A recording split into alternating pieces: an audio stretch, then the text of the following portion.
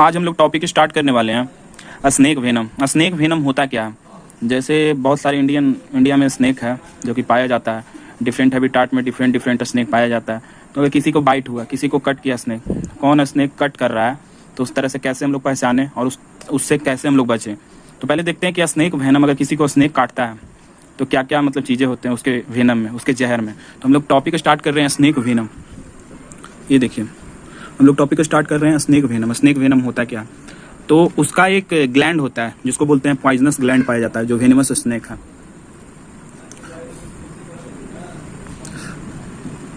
Poisonous gland जो होता है, जो हम लोग में जो लार ग्रंथि होते हैं, जो सलाइवरी ग्लैंड हम लोग करते हैं, उसी तरह उसमें उन लोग में मॉडिफाइड फॉर्म रहता है। किसका होता है? हम लोग का जो पैरोटिड ग्लैंड है उसी का मॉडिफाइड फॉर्म होता है। पैरोटिड ग्लैंड हम लोग में पाया जाता है मैमल्स में पैरोटिड ग्लैंड पाया जाता है हम लोग में। मैमल्स में हम लोग ह्यूमन आ गए, तो हम लोग का ही जो ये होता है उसी का मॉडिफाइड होता है स्नेक में पॉइजनस ग्लैंड। तो उसमें पॉइजनस ग्लैंड जो होता है, हम लोग में तो सलाइवा सीक्रेट करता है, उन लोग में सीक्रेट करता है पॉइजन। पॉइजन जो होता है क्या होता है? Modified saliva. और ये मॉडिफाइड सलाइवा में होता क्या है? इसमें होता है प्रोटीन और इंजाइम। ये जो इसका जहर है उसमें प्रोटीन होता है और इंजाइम्स होता है। तो प्रोटीन, उसका जो प्रोटीन वाला पार्ट है वो जहर है। हम लोग के शरीर में अगर आया तो उसका जो प्रोटीन है, जहर में दो तरह की चीजें होती है। एक होता है प्रोटीन, एक होता है इंजाइम्स। तो प्रोटीन वाला पार्ट है जो कि हम लोग का जो सेल फंक्शनिंग है, जो हम लोग का सेल है, सबसे यूनिट सेल फंक्शनिंग को डिस्टर्ब करता है। डिस्टर्ब करने के कारण होता क्या है? इसके कारण होता है लीड्स टू सेल डेथ। और सेल डेथ होने के कारण ही यहाँ पे जो होती है डेथ होती है। उसके बाद इसका दूसरा पार्ट होता है वो इंजाइम्स होता है उसके जहर में। इंजाइम्स क्या करता है? जो हम लोग के शरीर में जितने भी केमिकल्स होते हैं, तो केमिकल्स जो रहते हैं, दो केमिकल्स रहते हैं, एक से जुड़े हुए रहते हैं एक बॉन्ड के थ्रू, तो वो बॉन्ड को तोड़ने का काम करता है। ये देखिए, दो केमिकल्स है, ये दो केमिकल्स के बीच में बॉन्ड होता है, इस बॉन्ड को ये तोड़ने का काम करता है ये इंजाइम। तो ये टूटने के कारण होता है क्या है कि केमिकल्स अगर हमारे बॉडी में है जो फंक्शनिंग कर रहा है, अगर उसका ब्रेकडाउन हो जाएगा तो वो तो सारे फंक्शनिंग को डिस्टर्ब करेगा, उसके कारण डेथ हो सकता है। तो वही होता है breakdown of chemical bonds. Chemical bonds का ब्रेकडाउन होता है, इसके कारण ये होता है डेथ होता है, leads to death.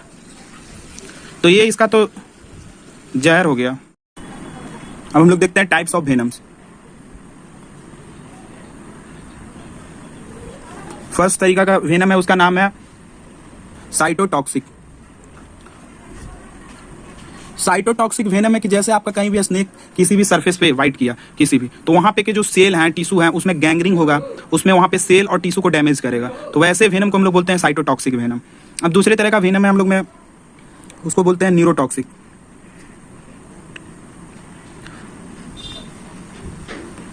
Neurotoxic venom, neurotoxic होता है कि हमारे जो नर्व्स होते हैं, जो न्यूरॉन्स है बॉडी में, जो कि इंपल्स कैरी करते हैं, उसको ये इफेक्ट करता है। हम लोग पार्टिकुलरली हर एक वेनम के बारे में डिटेल में पढ़ेंगे। तीसरा है हम लोग हीमोटॉक्सिक।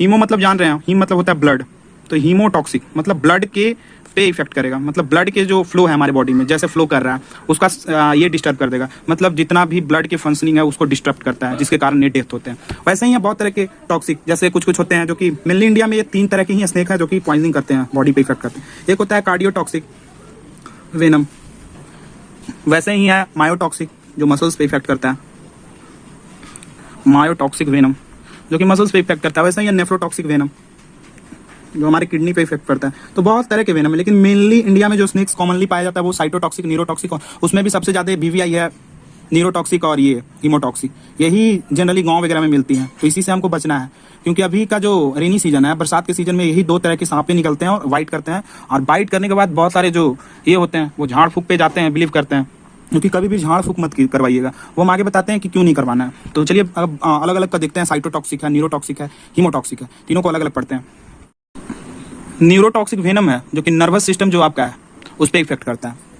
तो नर्वस सिस्टम जो आपका है बॉडी में, जैसे नर्व्स है, वो आपके बॉडी में इंपल्स कैरी करते हैं, रिस्पांस कैरी करते हैं, बॉडी के जितने भी रिस्पांस है वो आपको कैरी करते हैं नर्वस सिस्टम। तो इसमें नर्वस सिस्टम है जो कि इफेक्ट करता है। नर्वस सिस्टम पे इफेक्ट पड़ने से क्या होता है? जैसे मान के चलिए कि ये एक न्यूरॉन है, वो इसका ये है एक न्यूरॉन, और यहाँ पे आकर ये जंक्शन है जो कि दो न्यूरॉन यहाँ पे मिलते हैं, यहाँ पे साइनेप्स करते हैं 2 न्यूरॉन।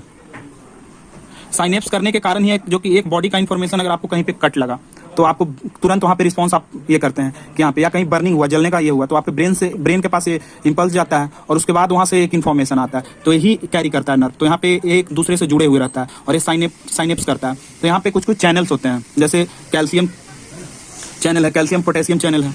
तो यही कैल्शियम पोटेशियम चैनल के कारण वो चीज़ें यहाँ से यहाँ इन्फॉर्मेशन होता है जो कि एक नर्व से दूसरे नर्व में जाता है, तो ये यहाँ पे ब्लॉक हो जाता है, गेट्स ब्लॉक्ड। अब ब्लॉक हो जाएगा तो कहीं भी अगर बॉडी पे आपका कंट्रोल अगर खो दिया, बॉडी कंट्रोल खोने के कारण ही रिस्पांस नहीं भेज पा रहा है, नर्वस सिस्टम कंट्रोल बॉडी पे नहीं कर पा रहा है, इसके कारण क्या होता है, मौत होता है। और यहाँ पे बहुत सारे न्यूरोट्रांसमीटर होते हैं। न्यूरोट्रांसमीटर क्या का काम क्या रहता है कि न्यूरोट्रांसमीटर होता है जो कि ट्रांसमिट करवाता है न्यूरॉन को, इन्फॉर्मेशन को। तो बहुत सारे न्यूरोट्रांसमीटर है वो भी इफेक्ट करता है। तो न्यूरोट्रांसमीटर जो होता है वो इफेक्ट करता है, न्यूरोट्रांसमीटर गेट इफेक्ट हो जाता है।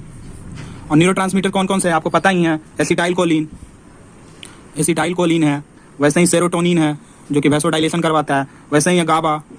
तो ये सब न्यूरोट्रांसमीटर है। तो ये सब का काम क्या रहता है कि ये सब ब्लॉक हो जाने के कारण इन्फॉर्मेशन एक जगह से दूसरी जगह नहीं पहुंच पाता है, इसके कारण वहाँ पे ये चीज़ें डेथ हो जाती है। अब चलिए हम लोग देखते हैं हीमोटॉक्सिक कैसे वर्क करता है। अब देखिए हीमोटॉक्सिक का काम कर, तो इसमें जो ब्लड कोगुलेशन है वो इंटरनल ब्लड होता है वो कोगुलेट करने लगता है। जो ब्लड है वो इंटरनली कोगुलेट करने लगता है, मतलब ब्लड जो है वो थक्का बनाने लगता है, ब्लड कोगुलेशन होने लगता है। अब ब्लड कोगुलेशन होने के कारण क्या होता है, इसमें जो प्लेटलेट्स है, हमारे ब्लड में जो प्लेटलेट्स होता है वो डिस्टर्ब होता है।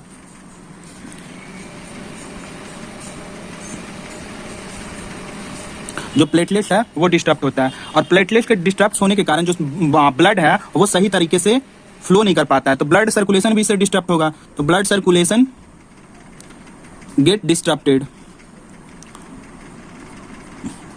तो ब्लड सर्कुलेशन है वो भी डिस्टर्ब होता है, जिसके कारण ब्लड अगर थोड़ा सा भी, अगर हार्ट, सबसे ज्यादा ब्लड किसको जरूरत होता है, ब्रेन को, तो इसमें ब्रेन को कौन ब्लड भेजता है, हार्ट भेजता है। तो अगर यहाँ पे ब्लड का जो ये है सर्कुलेशन डिस्टर्ब होगा तो यहाँ पे हार्ट फेलियर होने के कारण हार्ट फेलियर हो सकता है। और हार्ट फेलियर होने के कारण ब्रेन हैमरेज